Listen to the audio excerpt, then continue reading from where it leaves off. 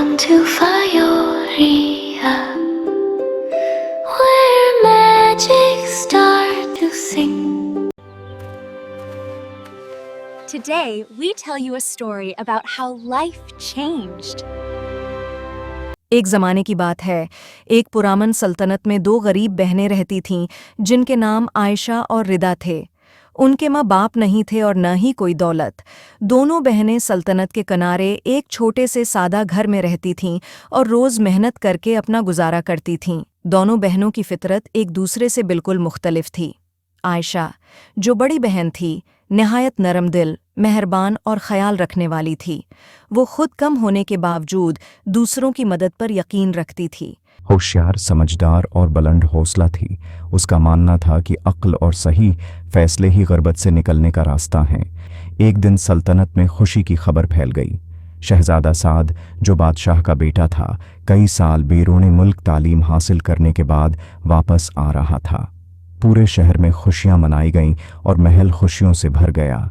बादशाह अपने बेटे को देखकर बेहद खुश हुआ, क्योंकि शहजादा साद अब पहले से ज्यादा समझदार और जिम्मेदार बन चुका था। कुछ वक्त बाद बादशाह ने फैसला किया कि अब शहजादा साद के लिए मुनासिब रिश्ता तलाश किया जाए।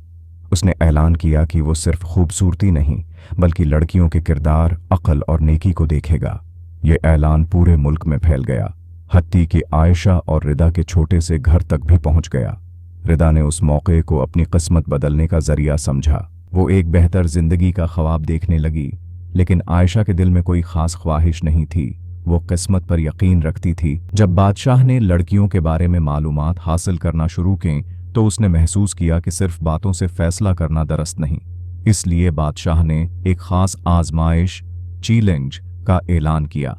इस आजमाइश में लड़कियों को न तो दौलत से परखा जाना था और न ही खूबसूरती से, बल्कि दानिशमंदी, मेहरबानी और फैसले की सलाहियत से। आजमाइश के दौरान रिदा ने अपनी अक्ल से मुश्किल सवालात के जवाबात दिए और मसाइल हल किए, जबकि आयशा ने दूसरों की मदद करके अपने नर्म दिल होने का सबूत दिया, बगैर अपनी कामयाबी की परवाह किए। ये सब देखकर शहजादा साद समझ गया कि असल अजमत अमल से जाहिर होती है। आखिरकार शहजादा साद ने अपना फैसला सुना दिया। उसने आयशा को अपनी मुस्तकबल की मुल्का के तौर पर मुंतखब किया, न उस लिए कि वो अमीर थी या गरीब, बल्कि उस लिए कि उसका दिल पाक, मिजाज नर्म और नीयत खालिस थी। बादशाह ने फ़ख्र से उस फैसले की हमायत की, क्योंकि वो जानता था कि एक मेहरबान मलका ही सल्तनत को खुशहाल बना सकती है। इब्तदा में रिदा को दुख हुआ, मगर वक्त के साथ उसे एहसास हुआ कि सिर्फ अक्ल काफ़ी नहीं, मेहरबानी भी ज़रूरी होती है।